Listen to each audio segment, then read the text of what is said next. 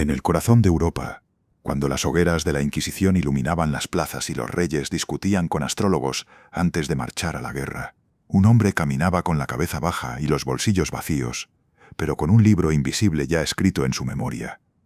Lo perseguían inquisidores, lo contrataban príncipes, lo buscaban estudiantes, y a cada paso dejaba detrás de sí una huella de preguntas que ni la espada ni la iglesia podían sofocar. Era un tiempo en que una palabra mal dicha podía costar la vida, y aún así decidió escribir sobre lo que estaba prohibido nombrar. Lo llamaron hereje, lo llamaron mago, lo llamaron impostor, pero también lo siguieron discípulos, que veían en él una grieta abierta hacia un mundo distinto. Hoy vamos a entrar en esa vida para sentirla desde dentro, porque las almas de la historia no son estatuas. Laten, dudan, se equivocan y a veces arden. Antes de comenzar, quiero decirte algo con gratitud. Algunas de estas vidas que hemos compartido en el canal ya existen también en papel. Están reunidas en libros que permiten sostenerlas y sentir el peso físico de las palabras en tus manos. Es una manera cercana de acompañar y sostener este proyecto. Gracias por estar aquí. Ahora sí, avancemos, porque la historia que nos espera hoy merece ser escuchada hasta el final. Nuestro buscador nació en 1486. Nettesheim era una pequeña aldea situada en el corazón del Sacro Imperio Romano Germánico. De allí partió uno de los espíritus más inquietos de su tiempo. Su familia pertenecía a la pequeña nobleza empobrecida, esa franja social que conservaba linaje y nombre, pero carecía ya de tierras y recursos. Esa condición ambivalente lo acompañaría siempre. Vivir con suficiente abolengo para reclamar un sitio en los espacios cultos y cortesanos, pero con insuficiente fortuna para garantizar una vida sin preocupaciones. La ciudad de Colonia estaba a pocos kilómetros de su aldea. Era una de las poblaciones más importantes del imperio, fundada como colonia agripina en tiempos romanos. Conservaba ese nombre en la memoria histórica y en la conciencia local. Para un joven como Heinrich Cornelius, era el emblema de un pasado glorioso que contrastaba con la modestia de su cuna. Sentía tanto orgullo por su pasado que más tarde adoptaría el apelativo Agripa en recuerdo de esa herencia romana. En Colonia convivían los grandes contrastes de la época. Albergaba una universidad poderosa fundada en 1388. Estaba dominada por el tomismo y la escolástica, pero al mismo tiempo se mantenía permeable a las novedades que llegaban del humanismo. Era un espacio donde los ecos medievales y las semillas de la modernidad empezaban a enfrentarse con fuerza. En 1499, con apenas 13 años, Cornelius ingresó en la Universidad de Colonia. No era extraño que los jóvenes comenzaran estudios universitarios a edades que hoy parecen prematuras. Lo que sí resultó excepcional fue el modo en que él se sumergió en esa vida académica. La Facultad de Artes Liberales era el paso inicial para cualquier formación intelectual importante en el imperio. Allí se aprendía gramática, retórica y lógica, pero también matemáticas, astronomía y música. En el caso de Cornelius, el interés se extendió de inmediato más allá del programa oficial. Además de los autores latinos y los textos sagrados, buscó acceso a tratados de astrología, manuscritos de alquimia, compilaciones de himnos órficos y fragmentos de la tradición hermética. La Universidad de Colonia, con su fuerte impronta escolástica, seguía anclada en la tradición de Tomás de Aquino. La ortodoxia era vigilada con celo, y los estudios heterodoxos podían conllevar riesgos. Aún así, dentro de la institución sobrevivían espacios de debate menos rígidos. Una corriente inspirada por Alberto Magno permitía cierta apertura hacia el estudio de la naturaleza y de las ciencias ocultas. En ese ambiente contradictorio, Cornelius encontró una rendija para orientarse hacia lo que más le interesaba: el cruce entre la religión, la filosofía y el conocimiento oculto. Quienes lo conocieron en esa etapa lo describen como un estudiante que parecía no conocer el descanso. Los registros muestran que su plan de estudios abarcaba desde la teología y el derecho romano hasta la medicina y la geometría. Pero lo más notable fue su disciplina autodidacta. Pasaba horas con los textos de la Cábala. En aquel entonces era una corriente reciente en el ambiente alemán. Figuras como Johann Reuchlin y su obra de Verbo Mirifico circulaba entre los jóvenes interesados en las letras hebraicas y los misterios divinos. También estudiaba astrología, como ciencia de las correspondencias entre los cuerpos celestes y la vida humana. En la época era reconocida como parte del saber natural. La óptica, la mecánica y la geometría completaban su formación técnica. A pesar de todo el conocimiento adquirido, nunca le abandonó la convicción de que todo lo aprendido formaba parte de un sistema mayor que aún debía ser revelado. Los testimonios académicos confirman que en pocos años Cornelius se convirtió en un estudiante destacado.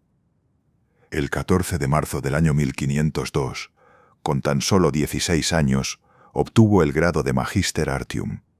Era una edad sorprendentemente baja para recibir tal título, lo que prueba no solo la rapidez con la que había completado sus estudios formales, sino también la seriedad con la que fue reconocido por sus profesores.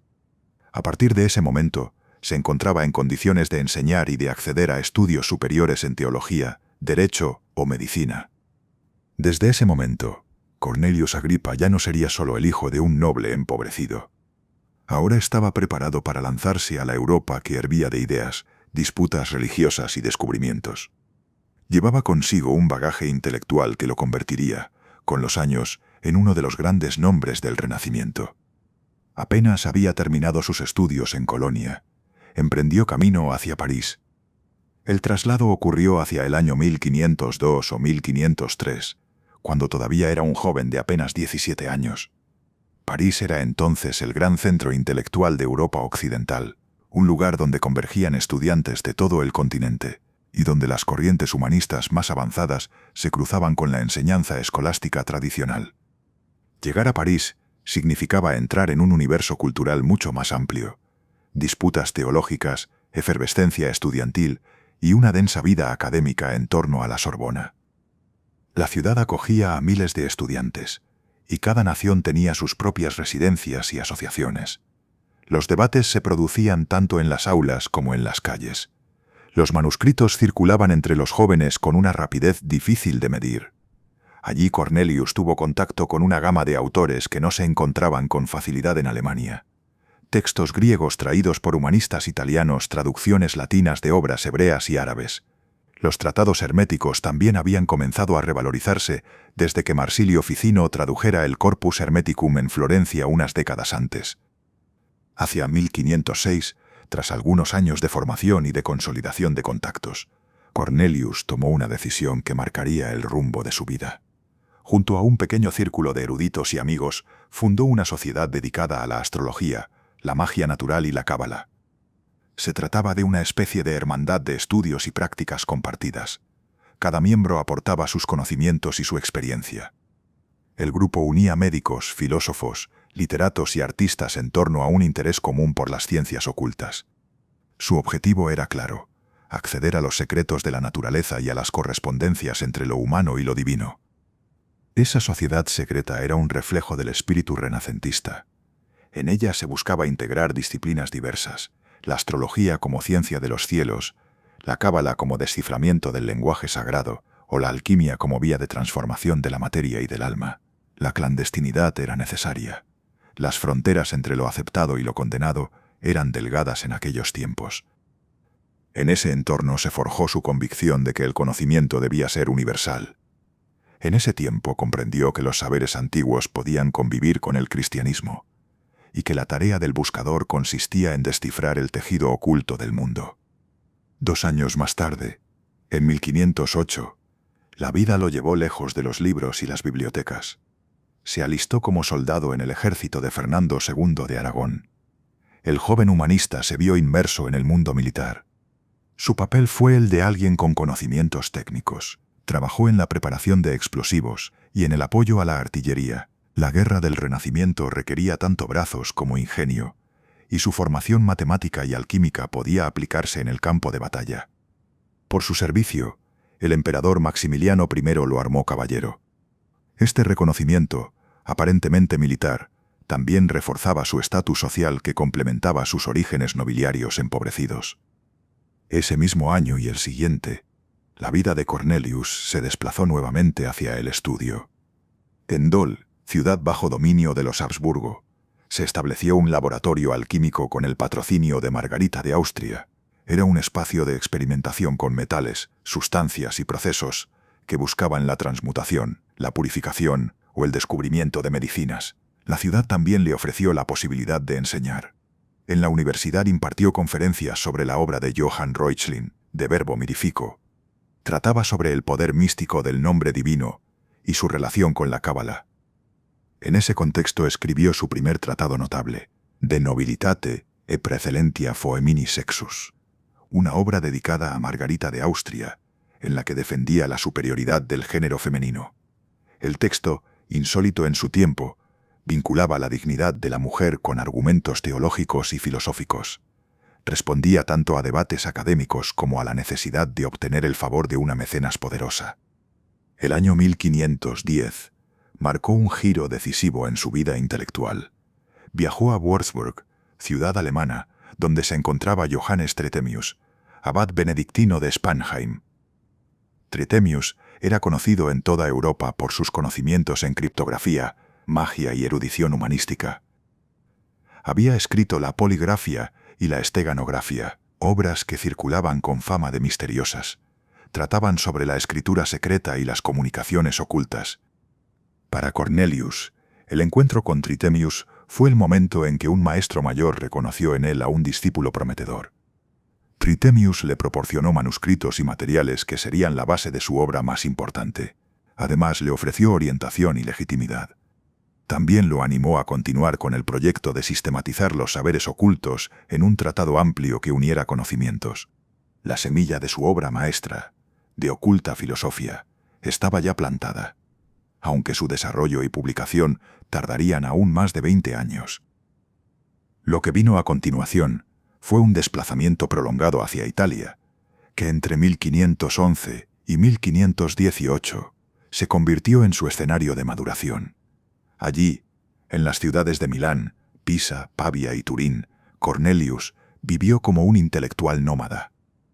Italia, en aquel inicio del siglo XVI, era un mosaico de repúblicas, ducados y reinos en constante movimiento.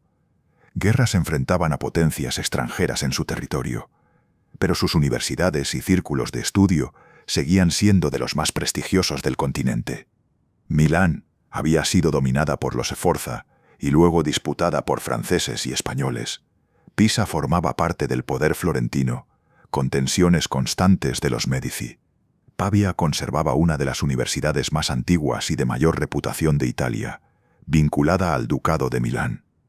Turín, en el Piamonte, era el núcleo de un pequeño estado ducal que también buscaba atraer eruditos y proyectar influencia cultural. En todas estas ciudades, Cornelius encontró aulas, bibliotecas, interlocutores y también oposiciones. En Pavia, hacia el año 1515, alcanzó un momento particularmente relevante. Allí dictó conferencias sobre el Pimander, uno de los textos principales del Corpus Hermeticum. Atribuidos a Hermes Trismegisto, habían sido traducidos al latín por Marsilio Ficino y se habían convertido en un eje central de la filosofía neoplatónica del Renacimiento.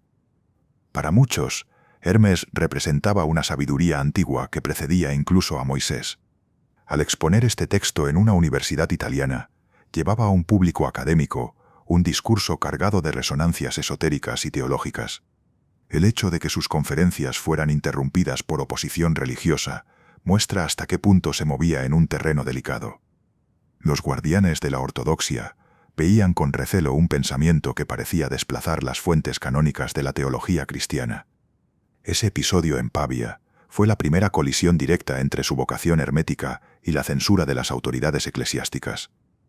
Mientras tanto, su vida personal también cambió. En 1514 contrajo matrimonio. Poco sabemos de su esposa. No quedó registrada en las fuentes que han llegado hasta nosotros. De esta unión nació en 1515 su hijo Theodoricus. La paternidad añadió una dimensión íntima y concreta a la vida del joven intelectual. No existen cartas que nos permitan reconstruir con detalle sus sentimientos, pero es razonable suponer que este vínculo influyó en su manera de concebir la condición humana. En esos mismos años, redactó una obra de carácter teológico y filosófico que refleja bien la síntesis que buscaba sobre las 3 formas de conocer a Dios. El texto proponía 3 vías de acceso a lo divino: la fe, entendida como aceptación de la revelación cristiana. La razón, apoyada en la tradición filosófica. Y por último, la experiencia mística, que incluía elementos de la tradición neoplatónica y de la cábala. En esta obra se percibe la influencia de autores como Pico della Mirandola. Él había defendido la dignidad del ser humano como criatura capaz de ascender hacia lo divino mediante el conocimiento. También resuenan las enseñanzas de Ficino, que con la traducción del Corpus Hermeticum había abierto el camino para una relectura cristiana del hermetismo.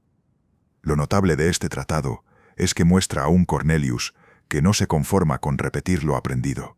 Intenta formular una teología propia, una en la que los saberes antiguos y cristianos se integraban en un solo esquema coherente. En el año 1518 llegó a la ciudad de Metz. Era una plaza importante dentro del Sacro Imperio Romano Germánico. Metz era una ciudad libre imperial, gozaba de un alto grado de autonomía y se regía por su propio consejo urbano bajo la protección directa del emperador. Ese contexto le ofrecía un espacio donde un jurista o un intelectual podían desarrollar su carrera con relativa independencia. Aunque también implicaba convivir con poderes eclesiásticos, inquisidores, magistrados civiles y autoridades imperiales. Allí fue nombrado orador público y defensor. Su función combinaba el papel de abogado con el de portavoz de los intereses de la ciudad. El cargo lo situaba en el corazón de la vida jurídica y política. La llegada a Metz coincidió con la muerte de su primera esposa. La cronología exacta de su fallecimiento no está del todo clara, pero se sitúa en torno a ese mismo año. Cornelius se encontró viudo y con un hijo de 3 años. Fue en Metz donde se produjo el episodio que lo haría conocido en toda Europa, la defensa de una mujer acusada de brujería. Entre el año 1519 y el 1520, el inquisidor dominico Nicolás Sabin emprendió un proceso contra ella. Su sospecha se basaba en que pertenecía a una familia con antecedentes de herejía y de supuestas prácticas mágicas. La acusación se centraba en la idea de que la maldad se transmitía como una herencia. Aunque la mujer había recibido el bautismo y llevaba una vida cristiana, el hecho de proceder de una línea sospechosa la convertía automáticamente en bruja. Cornelius desmontó el caso. Argumentó que el bautismo borraba cualquier vínculo con el pecado original y que las acusaciones hereditarias no tenían fundamento teológico ni legal. Su defensa se apoyó en la tradición cristiana y en el derecho canónico. No está permitido condenar a alguien por crímenes no cometidos. El tribunal aceptó sus argumentos y la mujer fue absuelta. El resultado fue un triunfo, pero sus consecuencias fueron ambiguas. Por un lado, Cornelius se consolidó como un jurista de gran habilidad. Su fama como defensor de la justicia y del rigor legal frente a la arbitrariedad de la Inquisición creció. Por otro lado, se ganó la enemistad de Nicolás Sabin y de sectores eclesiásticos que empezaron a considerarlo peligroso. El inquisidor lo acusó de simpatizar con herejías y de poner en riesgo el orden religioso. La hostilidad acumulada se volvió insoportable. Cornelius terminó abandonando Metz poco después. En el año 1521, ahora instalado en Ginebra, contrajo un segundo matrimonio con Jean Lois Tissy, con quien tuvo 6 hijos. Esta unión le dio una nueva base familiar y lo ató a un entorno más estable, al menos en apariencia. Comenzó a ejercer como médico. La práctica médica le proporcionaba ingresos y prestigio. El campo de la medicina de la época combinaba conocimientos empíricos con nociones astrológicas y alquímicas. El médico renacentista debía conocer anatomía y remedios herbales, pero también debía conocer la influencia de los astros sobre el cuerpo humano. Su prestigio lo condujo en 1524 a Lyon, donde entró al servicio de Louise de Savoie, madre de Francisco I de Francia. Louise era regente durante las ausencias del rey. Gobernaba con autoridad. En su corte la política, la intriga y el mecenazgo se entrelazaban. Convertirse en su médico significaba acceder a una de las posiciones más altas disponibles en el reino. Esto le daba contacto directo con las esferas del poder y la posibilidad de obtener favores y protección. Durante esta época, su vida cotidiana transcurrió entre la atención médica a la nobleza y la convivencia con un ambiente cortesano cargado de exigencias. La seguridad de un puesto en la corte contrastaba con la inestabilidad financiera que lo seguía acosando de ciudad en ciudad. La vida en un entorno de lujo no siempre se traducía en solvencia personal. La crisis llegó en 1525, en los días previos a la batalla de Pavia. Su mecenas le pidió que elaborara un horóscopo sobre el destino de su hijo, el rey Francisco I. Algunos gobernantes solían recurrir a astrólogos para interpretar los cielos antes de tomar decisiones militares o políticas. La petición no era extraña en su tiempo. Cornelius se negó a elaborarlo. Argumentó que predecir el destino de un rey mediante las estrellas no era adecuado ni legítimo. Su negativa desafiaba la voluntad de una regente poderosa. El rechazo enfureció a Luis, que interpretó el gesto como una afrenta personal, o peor aún, como una deslealtad. Cornelius perdió de inmediato su posición en la corte, y con ella la protección que lo sostenía. Su caída fue rápida y profunda. Las deudas se multiplicaron, la hostilidad de la corte lo aisló, y la vida en Lyon se hizo insostenible. A esta ruina se sumó una tragedia personal. En 1528, su esposa murió víctima de la peste. Hacia finales de ese mismo año abandonó Lyon y buscó un nuevo destino. Lo hacía en un estado de ruina y de luto. En ese momento de desamparo encontró una salida hacia el norte, en Amberes. La ciudad era próspera gracias al comercio internacional y célebre por sus imprentas. Allí estaba la corte de Margarita de Austria, gobernadora de los Países Bajos en nombre de su sobrino Carlos V. Margarita había cultivado un ambiente cortesano, donde la política convivía con las artes y las letras. Cornelius fue convocado como cronista e historiador de la corte. Amberes era una ciudad vibrante marcada por la circulación de mercancías y de ideas. Los puertos la conectaban con Inglaterra, España y las colonias portuguesas. Sus talleres tipográficos la habían convertido en uno de los principales centros de impresión de Europa. Era un escenario ideal para un intelectual que buscaba fijar en papel sus años de investigación. En ese ambiente de imprentas y mecenazgos nació una de sus obras más corrosivas. El título puede traducirse como de la vanidad de las ciencias. Desde el inicio el texto resultó desconcertante. Era un ataque sistemático contra la validez de los saberes humanos, desde las artes liberales de la universidad medieval hasta la teología, pasando por el derecho, la medicina, la astrología y la alquimia. Cornelius denunciaba la corrupción del conocimiento, la insuficiencia de los métodos y la arrogancia de quienes se atribuían autoridad. El libro estaba escrito con una mezcla de erudición y de ironía, lo que ha generado debates hasta hoy. Se trataba de una sátira, de un tratado escéptico o de una confesión amarga tras años de decepciones. No conocemos su intención, pero lo cierto es que la obra circuló ampliamente y provocó reacciones intensas. Carlos V, que entonces dominaba vastos territorios en Europa y América, se sintió aludido por algunas de las críticas. La idea de que incluso las ciencias del gobierno y de la guerra eran vanas podía interpretarse como un ataque indirecto a la autoridad imperial. Cornelius, que dependía de la protección de Margarita de Austria, se encontró en una situación incómoda. Su texto lo hacía sospechoso para el emperador y para los teólogos.